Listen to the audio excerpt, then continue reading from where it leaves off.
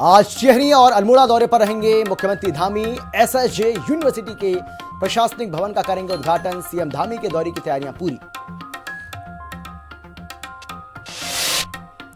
28 मई से बीजेपी के राष्ट्रीय अध्यक्ष नितिन नवीन का 3 दिवसीय उत्तराखंड का दौरा। कार्यकर्ताओं और युवाओं से करेंगे संवाद। 2027 चुनाव पर रहेगा फोकस। राहुल गांधी का 2 दिवसीय उत्तराखंड का दौरा। 4 जून को अल्मोड़ा में करेंगे जनसभा। पौड़ी में पूर्व सैनिक सम्मेलन को करेंगे संबोधित। कांग्रेस नेताओं संग करेंगे बैठक। बकरीद को लेकर हरिद्वार और हल्द्वानी में हुई बैठक। प्रशासन की सख्त गाइडलाइन। सड़क पर नमाज पर रोक। ईदगाहों में ही अदा होगी ईद की नमाज। और देहरादून में कार्बाइन चलने से कांस्टेबल की मौत। एक साथ चली 11 गोलियां। मामला संदिग्ध। पारिवारिक विवाद के बाद हुई बड़ी घटना। फॉरेंसिक टीम ने जुटाए मौके से सबूत। नमस्कार, आप देख रहे हैं हिंदी खबर में हूं आपके साथ अमित शर्मा। आज टिहरी के दौरे पर रहेंगे मुख्यमंत्री धामी। ये बड़ी जानकारी इस वक्त की आपको हम दे रहे हैं। बड़ी खबर आपको बता रहे हैं। प्रसिद्ध घंटा कर्ण महोत्सव का भव्य शुभारंभ करेंगे। गजा पहुंचकर करेंगे महोत्सव का शुभारंभ। मुख्यमंत्री का एक और खास कार्यक्रम यहां पर होना है। अटल उत्कृष्ट राजकीय इंटर कॉलेज भी वो जाएंगे और बीजेपी कार्यकर्ताओं के साथ मुलाकात करेंगे। उनसे सीधा संवाद करेंगे। उत्तराखंड के मुख्यमंत्री पुष्कर सिंह धामी आज टिहरी गढ़वाल के गजा दौरे पर रहेंगे और वो दोपहर 3 बजे गजा पहुंचकर प्रसिद्ध घंटा कर्ण महोत्सव का भव्य शुभारंभ करेंगे। इस धार्मिक और सांस्कृतिक उत्सव में शामिल होने के बाद मुख्यमंत्री का एक और खास कार्यक्रम है और वो अटल उत्कृष्ट राजकीय इंटर कॉलेज भी जाएंगे, जहां स्थानीय बीजेपी कार्यकर्ताओं के साथ मुलाकात और संवाद करेंगे। मुख्यमंत्री के इस दौरे को लेकर क्षेत्र के कार्यकर्ताओं और स्थानीय जनता में भारी उत्साह देखा जा रहा है।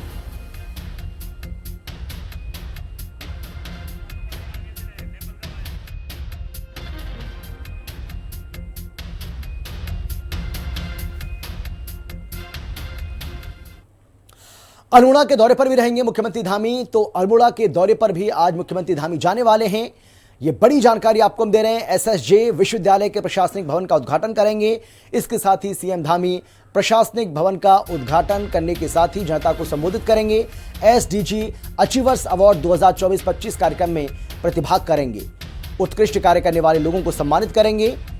तो ये एक और बड़ी जानकारी आप तक हम पहुंचा रहे हैं। बड़ी खबर आपको हम दे रहे हैं। आपको बता दें कि आज मुख्यमंत्री पुष्कर सिंह धामी के कई बड़े कार्यक्रम हैं और सीएम धामी आज अल्मोड़ा का दौरा भी करने वाले हैं।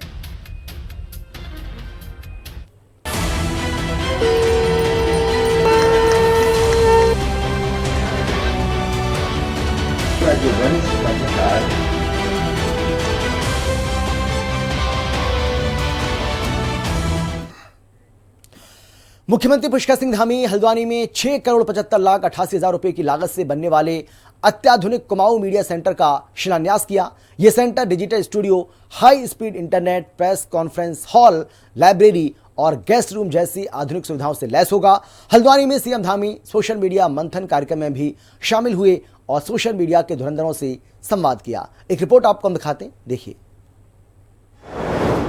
हल्द्वानी को मिली 6.75 करोड़ रुपए की सौगात। सीएम धामी ने किया मीडिया सेंटर का शिलान्यास। डिजिटल स्टूडियो और गेस्ट रूम से लैस होगा सेंटर। पत्रकार कल्याण कोष की राशि बढ़कर हुई 5 करोड़। सोशल मीडिया मंथन कार्यक्रम में शामिल हुए सीएम धामी। देवभूमि उत्तराखंड में पत्रकारिता को तकनीकी रूप से मजबूत और अधिक सुविधाजनक बनाने की दिशा में मुख्यमंत्री पुष्कर सिंह धामी ने बड़ा कदम उठाया है। मुख्यमंत्री धामी ने हल्द्वानी में 6,75,88,000 रुपए की लागत से बनने वाले अत्याधुनिक कुमाऊं मीडिया सेंटर का शिलान्यास किया। लोकतंत्र के चौथे स्तंभ को समर्पित यह हाईटेक केंद्र आधुनिक सुविधाओं से लैस होगा और कुमाऊं मंडल के पत्रकारों के लिए नई ऊर्जा का केंद्र बनेगा। सीएम धामी ने कहा कि यह भवन केवल एक ढांचा नहीं है, बल्कि निष्पक्ष पत्रकारिता, संवाद और जन सरोकारों का सशक्त मंच बनेगा। मीडिया सेंटर की सौगात देने के साथ ही सीएम धामी ने हल्द्वानी में आयोजित सोशल मीडिया मंथन कार्यक्रम में भी शिरकत की। सीएम धामी ने social media influencers, content creators, volunteers और युवा साथियों के साथ संवाद किया।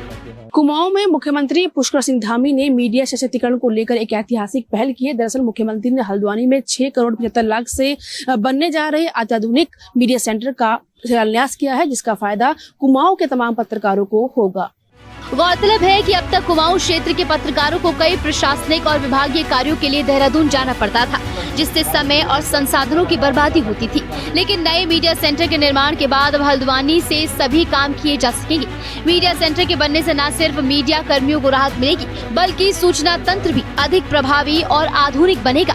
मुख्यमंत्री पुष्कर सिंह धामी के मुताबिक सरकार पत्रकारों की कार्य क्षमता बढ़ाने और उन्हें बेहतर संसाधन उपलब्ध कराने के लिए लगातार काम कर रही है।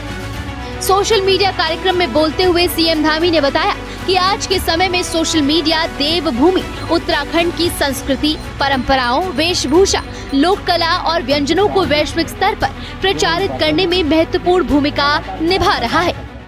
मैं कहना चाहता हूं कि आप सब लोग अब देवभूमि की संस्कृति के डिजिटल दूत हैं। जब आप किसी पहाड़ी गांव की सुबह दिखाते हैं, जब आप किसी स्थानीय व्यंजन की कहानी बताते हैं, तो ये इतनी विशिष्टताएं हमारे राज्य के अंदर हैं। जब आप किसी लोक कलाकार को, किसी सैनिक परिवार को, किसी महिला स्वयं सहायता समूह, किसी युवा उद्यमी को जिसने बहुत अच्छा काम किया है, उसको अपने प्लेटफॉर्म पर स्थान देते हैं, तो तब केवल एक आप कंटेंट नहीं बनाते हैं, बल्कि एक ब्रांड उत्तराखंड की दुनिया के सामने उसको प्रस्तुत करते हैं।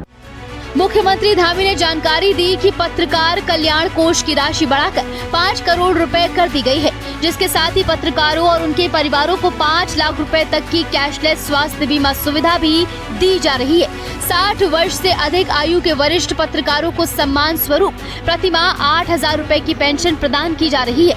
सीएम धामी ने आरोप लगाया कि कुछ कुंठित मानसिकता से ग्रसित लोग समाज में भ्रम फैलाने और झूठे नैरेटिव गढ़ने के लिए सोशल मीडिया का गलत इस्तेमाल कर रहे हैं। ऐसे लोगों से सतर्क और सावधान रहने की जरूरत है।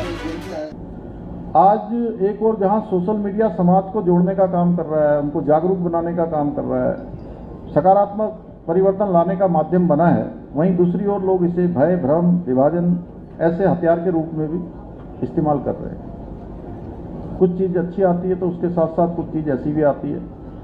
मौसम चाहे कोई भी हो, लेकिन कुछ लोग हमेशा नेगेटिविटी फैलाने का काम करते हैं और उसी में वो सक्रिय रहते हैं। उनका एकमात्र उद्देश्य होता है किसी तरह लोगों का नैरेटिव बनाओ, लोगों के बीच में गलत बातें डालो, संदेह डालो, अफवाह डालो, भ्रम डालो। और कुछ वैसी ही मानसिकता आज हम लोग सोशल मीडिया में देखते हैं। फेक आईडी बनाते हैं लोग, आधा सच दिखाओ, झूठ को बार बार दोहराओ, फिर उसी को ट्रेंड बनाकर समाज में भ्रम फैला रहो। ये लोग केवल कभी धर्म के नाम पर फैला देंगे, कभी क्षेत्रवाद के नाम पर समाज को बांटने का प्रयास करते हैं, कभी युवाओं के मन में देश और व्यवस्था के प्रति अविश्वास पैदा करने की कोशिश करते हैं। मुख्यमंत्री धामी ने कहा कि लोकतंत्र में पत्रकारों की भूमिका बेहद महत्वपूर्ण है और सरकार उनके सम्मान, सुरक्षा और सुविधा के लिए निरंतर कार्य करती रहेगी। सीएम धामी ने बताया कि कुमाऊं मीडिया सेंटर को भविष्य की जरूरतों के मुताबिक डिजाइन किया गया है। सेंटर में अत्याधुनिक digital studio, high speed internet सुविधा और विशाल प्रेस कॉन्फ्रेंस हॉल बनाया जाएगा, जिससे डिजिटल पत्रकारिता को नई रफ्तार मिलेगी। इसके अलावा पत्रकारों के अध्ययन और रिसर्च के लिए आधुनिक लाइब्रेरी की सुविधा भी उपलब्ध कराई जाएगी। मुख्यमंत्री पुष्कर सिंह धामी ने इस मौके पर कहा कि ये सिर्फ एक अत्याधुनिक मीडिया सेंटर नहीं है, बल्कि मीडिया कर्मियों के लिए एक जीवंत मंच है, जहां पर उन्हें तमाम सुविधाएं मिलेंगी। फिर चाहे बात हम कनेक्टिविटी की करें या फिर हम एसी हॉल की बात करें, क्योंकि जिस तरीके से हीट वेव का अलर्ट जारी किया गया है, ऐसे में कुमाऊं के पत्रकारों के लिए एक बड़ा ऐलान करना मुख्यमंत्री की सोच को दर्शाता है। इस मीडिया सेंटर में न सिर्फ अच्छी कनेक्टिविटी मिलेगी, इसी के साथ एक कॉन्फ्रेंस हॉल है जिसमें तमाम जो मीडिया कर्मी है, चाहे वो सूचना विभाग के अधिकारी हैं, वो मीटिंग कर पाएंगे। कैमरा पर्सन विजेंद्र तुली के साथ दीपिका भंडारी, हिंदी खबर, देहरादून। और इस बीच एक बड़ी जानकारी आपको हम दे रहे हैं। बड़ी खबर यह है, राहुल गांधी का 2 दिवसीय उत्तराखंड का दौरा है। तो राहुल गांधी 2 दिवसीय उत्तराखंड के दौरे पर आने वाले हैं, जिसके लिए कांग्रेस पार्टी लगातार तैयारी कर रही है। 4 जून को बताया जा रहा है कि अल्मोड़ा में एक जनसभा को संबोधित करेंगे, पौड़ी में पूर्व सैनिक सम्मेलन को संबोधित करेंगे और इसके साथ ही 5 जून को देहरादून में कांग्रेस नेताओं के साथ बैठक करने वाले हैं राहुल गांधी। उत्तराखंड विधानसभा चुनाव 2027 से पहले कांग्रेस ने राज्य में बड़ा दांव खेला है और बीजेपी के दिग्गजों के ताबड़तोड़ दौरों के जवाब में अब राहुल गांधी का 2 दिवसीय उत्तराखंड दौरा तय किया गया है। वो 4 जून को अल्मोड़ा में एक विशाल जनसभा को संबोधित करेंगे और पौड़ी में पूर्व सैनिक सम्मेलन का हिस्सा बनेंगे। इसके बाद 5 जून को देहरादून में प्रदेश कांग्रेस कमेटी विधायकों और संगठन के पदाधिकारियों, संगठन के प्रतिनिधियों के साथ एक अहम बैठक करेंगे। पार्टी की अंदरूनी अंतर्कलह के बीच संगठन को मजबूत करने और चुनावी रणनीति साधने के लिहाज से राहुल गांधी के इस दौरे को बेहद अहम माना जा रहा है, जिसकी पुष्टि प्रदेश अध्यक्ष गणेश गोदियाल ने की है।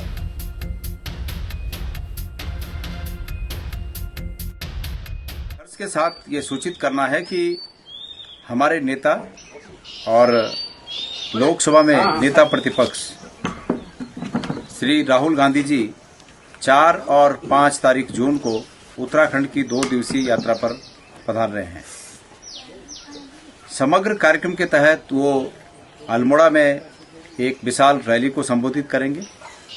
साथ साथ उसके बाद तत्पश्चात उसी दिन करीब 2:30 से 3 बजे वो पौड़ी पहुंचेंगे और पौड़ी में पूर्व सैनिक सम्मेलन में प्रतिभाग कर पूर्व सैनिक भाइयों से संवाद करेंगे। गुलदार के आतंक से जूझ रहे पौड़ी जिले में वन मंत्री सुबोध उनियाल के पैतृक गांव ओड़ी में गुलदार के महिला पर हमले से दहशत और बढ़ गई है। वन मंत्री के गांव में हुई इस घटना के बाद ग्रामीणों में भारी आक्रोश है। वहीं इस मामले पर सवाल पूछने पर भड़के वन मंत्री ने कहा है कि ऐसे सवाल पूछने वालों को अपने दिमाग की जांच करानी चाहिए। इस बयान को अहंकारी बताते हुए कांग्रेस ने अब वन मंत्री पर निशाना साधा है। ऐसे सवाल पूछने वालों से मेरा ये बहुत स्पष्ट सवाल है कि क्या जानवर किसी का गांव देख के जाता है? कम से कम ऐसे सवाल करने वालों को अपनी अकल के ऊपर कहीं न कहीं परीक्षण कराना चाहिए। गुलदार के खौफ में पौड़ी गढ़वाल, सवालों पर भड़के सुबोध उनियाल, सवाल पूछने वाले कराएं दिमाग की जांच। वन मंत्री के बयान पर कांग्रेस का कटाक्ष।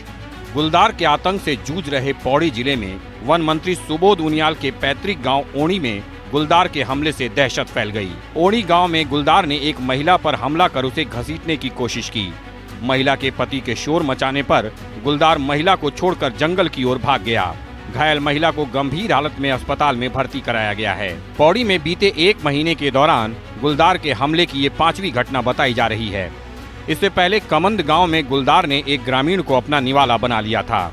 अब वन मंत्री के गांव में हुई इस घटना के बाद लोग सड़कों पर प्रदर्शन कर वन विभाग की कार्यप्रणाली पर गुस्सा जता रहे हैं।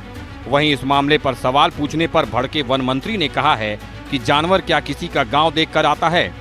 इसीलिए ऐसे सवाल पूछने वालों को अपने दिमाग का परीक्षण कराना चाहिए। वहीं मंत्री सुबोध के बयान पर कांग्रेस ने निशाना साधते हुए कहा है कि वन मंत्री अपनी जवाबदेही से बचने के लिए सवाल पूछने वालों की ही मानसिक स्थिति पर सवाल उठा रहे हैं, जो उनके अहंकारी और संवेदनहीन रवैये को दर्शाता है। ऐसे सवाल पूछने वालों ऐसे सवाल पूछने वालों से मेरा ये बहुत स्पष्ट सवाल है कि क्या जानवर किसी का गांव देख के जाता है? कम से कम ऐसे सवाल करने वालों को अपनी अकल के ऊपर कहीं न कहीं परीक्षण कराना चाहिए। पिछले महीने में ही, और ये बड़ा दुर्भाग्यपूर्ण है, और माननीय वन मंत्री जी का बयान जो आया है गुलदार के हमले पौड़ी के ऊपर, उनके अपने गांव में जो सब कुछ हुआ है, वो निश्चित रूप से वो उचित नहीं है, वो अहंकारमय लगता है। मंत्री जी पूरे प्रदेश के वन मंत्री हैं और ये उनकी जिम्मेदारी है कि उनसे सवाल पूछे जाएं। और पता नहीं ये क्या दुर्भाग्यपूर्ण स्थिति है कि माननीय नेताओं से यदि भाजपा के कोई सवाल पूछा जाए तो उनको बहुत जल्दी गुस्सा आता है। ये गुस्सा उचित नहीं है। जनता अपने कष्टों के निवारण के लिए सवाल निश्चित रूप से पूछेगी। और माननीय वन मंत्री जी का गुलदार के हमलों पर जो बयान आया है वो दुर्भाग्यपूर्ण है। पौड़ी में गुलदार के लगातार हमलों से स्थानीय लोग दहशत में हैं। वहीं वन विभाग के खिलाफ लोगों में गुस्सा है।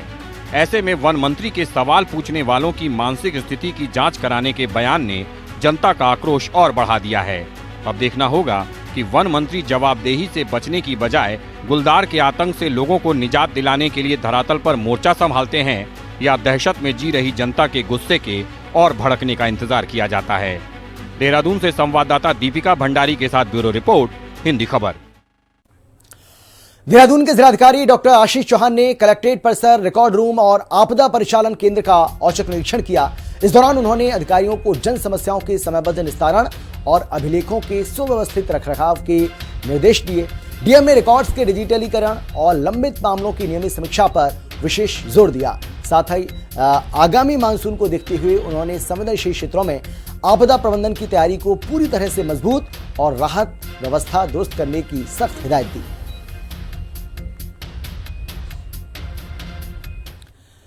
ऋषिकेश रेलवे स्टेशन से महत्वपूर्ण ट्रेनों के संचालन की मांग को लेकर स्थानीय व्यापारियों और कांग्रेस कार्यकर्ताओं ने मोर्चा खोल दिया है। मंगलवार को कांग्रेस नेता जयेंद्र रमोला के नेतृत्व में मंडल रेल प्रबंधक के नाम स्टेशन अधीक्षक को ज्ञापन सौंपा गया।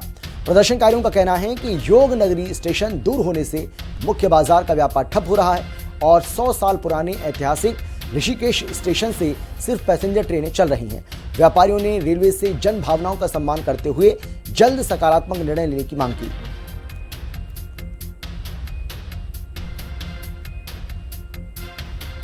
संख्या में व्यापारियों के साथ कांग्रेस जनों ने स्टेशन अधीक्षक को ज्ञापन दिया।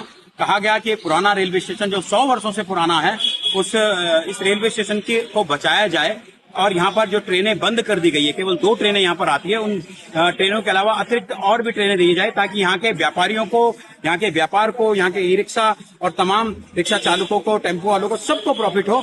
हमने एक ज्ञापन रेल मंत्री और डीआरएम मुरादाबाद को सौंपा है और उनसे मांग की है किसी भी तरह से करके इस रेलवे स्टेशन को बचाया जाए और यहाँ पे ट्रेनों की आवाजाही बढ़ाई जाए। ऋषिकेश में आप देख ही रहे हैं कुछ समय से मात्र 2 ही ट्रेनें एक्सप्रेस हैं जो पुराने ट्रेनें संचालित हो रही हैं, जिससे ऋषिकेश का व्यापार काफी कम हो गया है। मुख्यतः रेलवे रोड और घाट रोड के व्यापारी हैं, यहाँ पर इसका बहुत नुकसान हो रहा है। और अभी कुछ दिनों पहले हेमकुंड एक्सप्रेस चलती थी, वह भी बंद कर दी गई। तो आज हमने ज्ञापन के माध्यम से यह मांग की है कि पुराने इस स्टेशन पर कम से कम 2 ट्रेन और संचालित हों, जिससे यहाँ ऑटो वालों को, इस रोड के दुकानदारों को भी आर्थिक लाभ हो सके और ऋषिकेश के व्यापार को वह सुचारू रूप से चलाने में सक्षम हो। और आज हमने इसीलिए यह मांग की है पूरे कांग्रेस के साथ और व्यापार मंत्री के माध्यम से एक संयुक्त रूप से ज्ञापन दिया। रुद्रपुर में आगामी बकरीद को लेकर प्रशासन ने तैयारियां शुरू कर दी हैं। नगर निगम सभागार में महापौर विकास शर्मा की अध्यक्षता में हुई उच्च स्तरीय बैठक में हाईकोर्ट की गाइडलाइंस का सख्ती से पालन कराने पर रणनीति बनी। महापौर ने निर्देश दिए हैं कि महानगर में केवल 4 तय स्थानों पर ही कुर्बानी की अनुमति होगी और सार्वजनिक स्थलों या फिर सड़कों पर कुर्बानी पूरी तरह से प्रतिबंधित रहेगी। नियमों के अनुपालन के लिए ड्रोन और डिजिटल निगरानी के साथ पुलिस और प्रशासन की संयुक्त टीमें तैनात की गई हैं।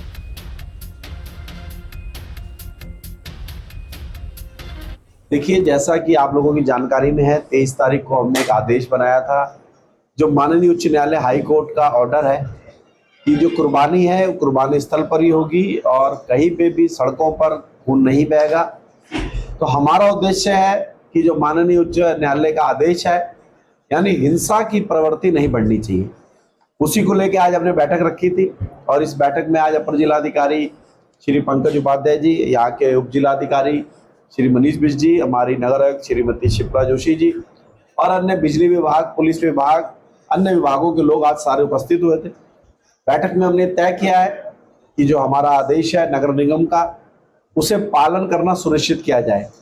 और जो लगातार आपको जानकारी होगी, जहाँ 150, 200 भैंसों की बलि होती है, जहाँ लोग घरों में बकरे की बलि करते हैं, वो सब अब नहीं हो पाएगा।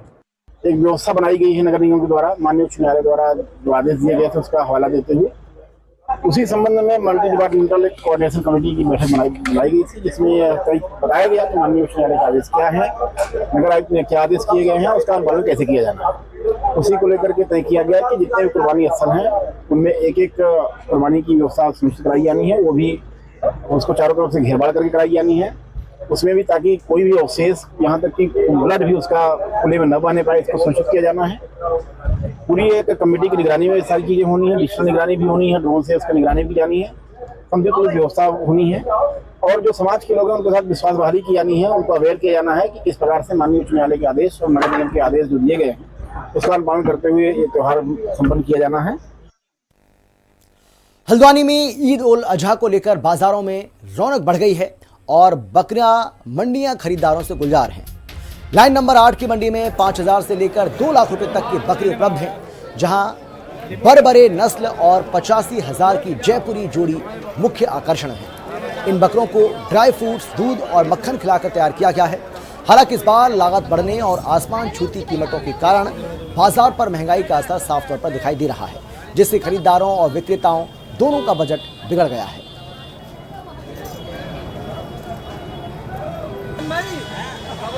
हमारे उत्तराखंड से भी आए हैं और यूपी से भी आए हैं बेचने के लिए, बाहर राज्य से भी आए हैं। लेकिन इस बार अचानक ये जो जंग हुई है ईरान की और अमेरिका की और इजराइल की, उसके कारण महंगाई होने के कारण महंगाई बहुत है। लोग बाग जो है खरीदना तो चाह रहे हैं, लेकिन महंगाई को देखते हुए बहुत सोच समझ के बकरा खरीद रहे हैं। वैसे तो ठीक है, सबसे बढ़िया है, त्यौहार बढ़िया मनाए सब लोग, सबको बधाई। हमारे इब्राहिम अलैहिस्सलाम की सबसे प्यारी सुन्नत है और ईद का त्यौहार भी हम लोगों के लिए मेन माना जाता है, जिसमें अच्छी खासी खरीदारी होती है। पूरी दुनिया में सब वर्ल्ड में पूरी बनाई जाती है ईद उल अज़हा, जिसमें हर आदमी को जो साहिब हिसाब होता है उसके लिए लाजमी होते है कुर्बानी करना। बकरों की तेज़ी बहुत है आपकी में और बच्चे ज़्यादा हैं, छोटे छोटे, बड़े बकरे कम आए। ईद तो सही बन रही, बढ़िया है, बाकी तो सब सही है। 28 तारीख की ईद है और बकरे का बाजार काफ़ी अच्छा चल रहा है। मार्केट में काफ़ी अच्छे खूबसूरत बच्चे आए हुए हैं। वैसे बकरे का बाजार इस समय हाई है, रेट हाई है बकरे का। और इधर जो है बकरे के रेट बाहर से जो लोग बकरे लेकर के आए हुए हैं उनके दाम ज़्यादा बढ़े हुए हैं। लोकल का आदमी जो है बकरे कुर्बानी करने के लिए सस्ते और अच्छे बकरे देख रहा है, लेकिन सस्ते और अच्छे बकरे नहीं मिल पा रहे। है माशाल्लाह से बाजार में भीड़ भाड़ बहुत है, पर यह है कि महंगाई के खातिर जो है बच्चा बहुत कम आ रहा, बाहर के व्यापारी भी आ रहे हैं। पर यह है कि जो ईद कुर्बानी करने वाले हैं उनके जज्बे को भी सलाम है, माशाल्लाह से बढ़ चढ़ के हिस्सा ले रहे हैं, है नी। ईद का त्यौहार है और व्यापारी बाहर से आए हुए हैं। देहरादून के रानी पोखरी में अपनी ही सर्विस कार्बाइन से गोलियां चलने के कारण देहरादून एयरपोर्ट पर तैनात हेड कांस्टेबल सुनील कुमार की दर्दनाक मौत हो गई। ड्यूटी से लौटने के बाद देर रात अचानक कार्बाइन से एक साथ 11 राउंड गोलियां चली, जिनमें से 3 गोलियां सुनील की छाती में लगी। अस्पताल ले जाने पर डॉक्टर्स ने उन्हें मृत घोषित कर दिया। घटना के समय घर में पारिवारिक विवाद की बात भी सामने आ रही है। फिलहाल पुलिस और फॉरेंसिक टीम इस संदिग्ध मामले की बारीकी से जांच कर रही है।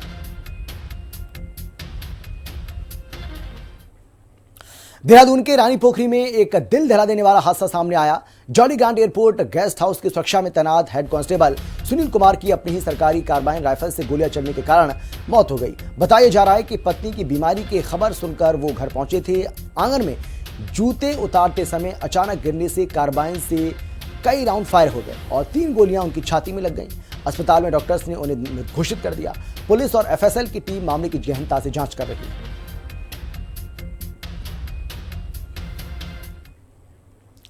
काशीपुर में रेलवे फाटक के पास एक दर्दनाक हादसे में ट्रेन की चपेट में आने से एक युवक की मौत हो गई है। हादसा रामनगर से आगरा जा रही ट्रेन के गुजरने के दौरान हुआ।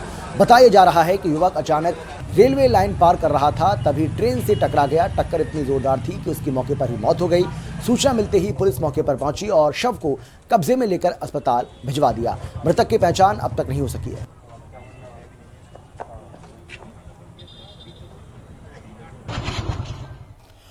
धर्मनगरी हरिद्वार में ईद उल अजहा को लेकर पुलिस और प्रशासन पूरी तरह से अलर्ट मोड में है। त्योहार को शांतिपूर्ण और सौहार्दपूर्ण माहौल में संपन्न कराने के लिए सुरक्षा के कड़े इंतजाम किए गए हैं।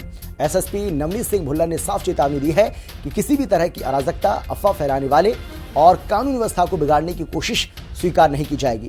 जिले को 7 सुपर जोन, 17 जोन और 34 सेक्टर में बांटकर पुलिस, पीएसी और खुफिया एजेंसियों की तैनाती की गई है। संवेदनशील इलाकों पर विशेष निगरानी रखी जा रही है और सोशल मीडिया पर भी पुलिस की पैनी नजर बनी हुई है। ये बड़ा त्यौहार है, तो इसमें जनपद में सकुशल संपन्न कराने के लिए पूरे जनपद को 7 सुपर जोन, 17 जोन और 34 सेक्टर्स में विभाजित किया गया है। सुपर जोन में डिप्टी एसपी हैं, जोन्स में इंस्पेक्टर्स और एसओ हैं और जो सेक्टर्स हैं उसमें सब इंस्पेक्टर स्तर के अधिकारी लगाए गए हैं और इसमें पर्याप्त संख्या में पीएसी पुलिस बल लगाया गया है। इसके साथ ही जो संबंधित विभाग हैं उनको साथ में लेके प्रत्येक जो हमारे महत्वपूर्ण स्थल है जहाँ पे ईदगाह, जहाँ पे नमाज अता की जाती है, उस संबंध में पीस कमेटी की मीटिंग्स कर ली गई हैं और इसके अतिरिक्त जो दिशा निर्देश मुख्यालय से और रेंज कार्यालय से प्राप्त हुए थे विस्तृत जो इंस्ट्रक्शंस मिले थे वो जनपद के प्रत्येक थाने को, प्रत्येक अधिकारी को ब्रीफ कर दिए गए हैं और पुलिस पूरी तरह गियरअप है कि त्यौहार अच्छे से हमारे यहाँ संपन्न हो जाए।